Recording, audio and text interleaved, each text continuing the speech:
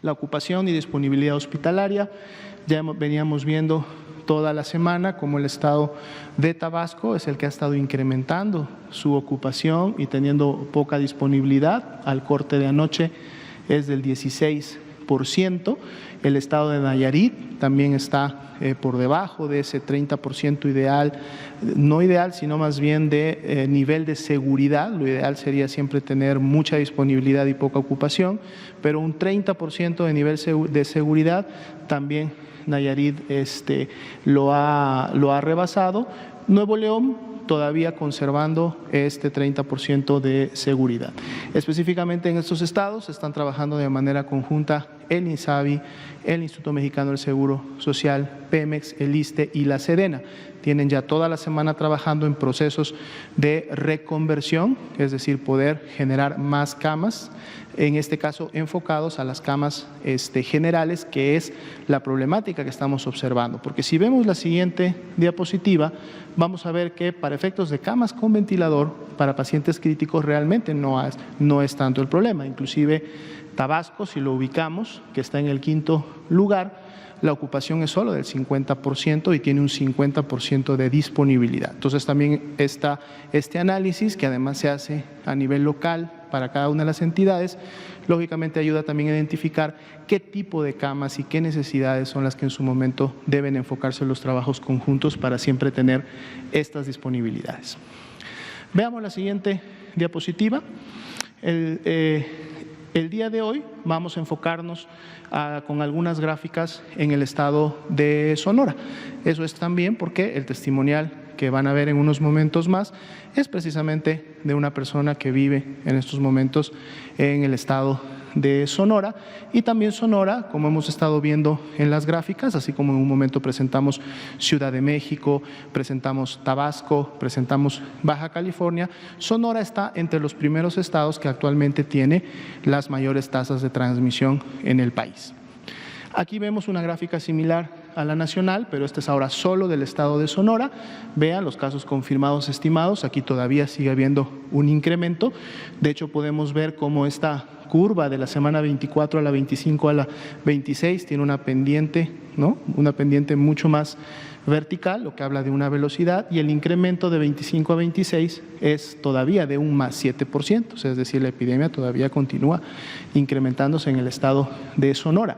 En el caso de la curva de personas que se han recuperado, también hay un incremento, más 6%, aunque en las últimas 2 semanas también esta curva se mantiene, digamos, un poco más estable, realmente no ha seguido creciendo igual que lo han hecho la cantidad de casos. Es bueno de todas maneras saber que en el caso de la curva de defunciones ha habido una disminución, hay una tendencia descendente, al menos en las últimas 2 semanas y plana en la previa tercera, que en general nos hablan de un cambio de menos 33% entre la 25 y la 26. Y los casos activos estimados para el estado de Sonora al corte del día de hoy son 2.154, que vienen a ser el motor de la epidemia en Sonora. Veamos la siguiente diapositiva. Este gráfico también lo hemos estado presentando en diferentes estados. Aquí la interpretación más sencilla y directa es, ustedes ven diferentes escalas del color rojo, ¿no? Partimos desde colores muy tenues que prácticamente no se perciben mucho hasta colores más intensos del mismo rojo. Mientras más intenso el color, significa que hay una mayor tasa de incidencia por 100,000 habitantes, y eso a su vez significa que tenemos más transmisión en la base poblacional. Por eso podemos comparar los diferentes municipios, porque hay municipios que lógicamente tienen más de 500,000 de habitantes, hay municipios que tienen menos de 100,000 habitantes, y eso puede generar una diferencia muy grande. Pero cuando entonces estamos ajustándolo a una tasa por 100,000 habitantes, ahora sí podemos hacer un comparativo.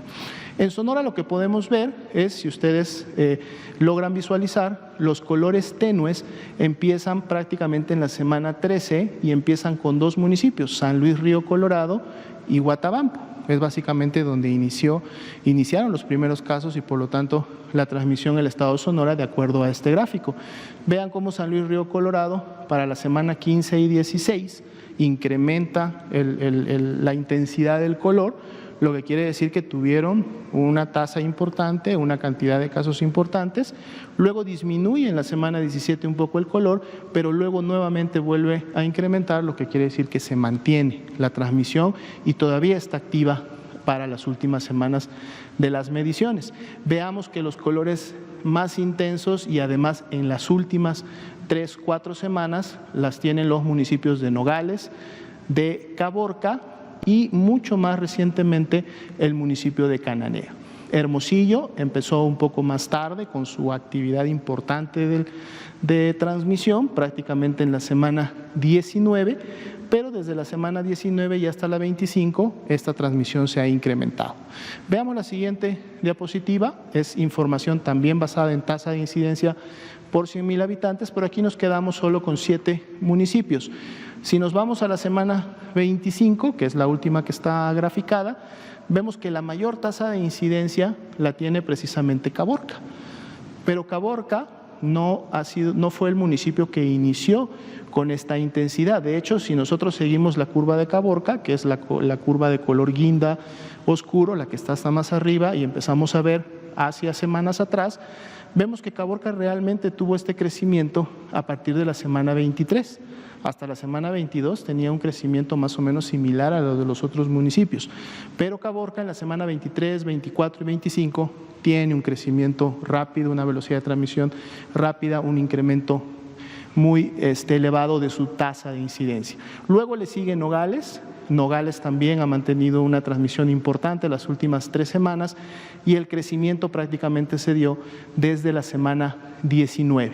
Y en tercer lugar para la 25 está precisamente Hermosillo, que es el municipio que concentra la mayor cantidad poblacional del estado de Sonora, pues bueno, tuvo un incremento que inició aproximadamente en la semana 18 y es la curva de color naranja oscuro, y en la semana 18, desde que inició ese incremento, no ha parado.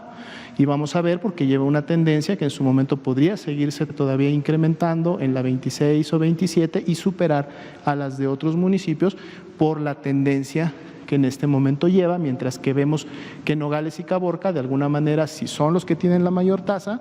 En las últimas 2 semanas esta tasa al menos se ha estabilizado en el pico, pero se ha estabilizado. Y bueno, otros municipios con menores tasas de transmisión. Veamos la siguiente lámina.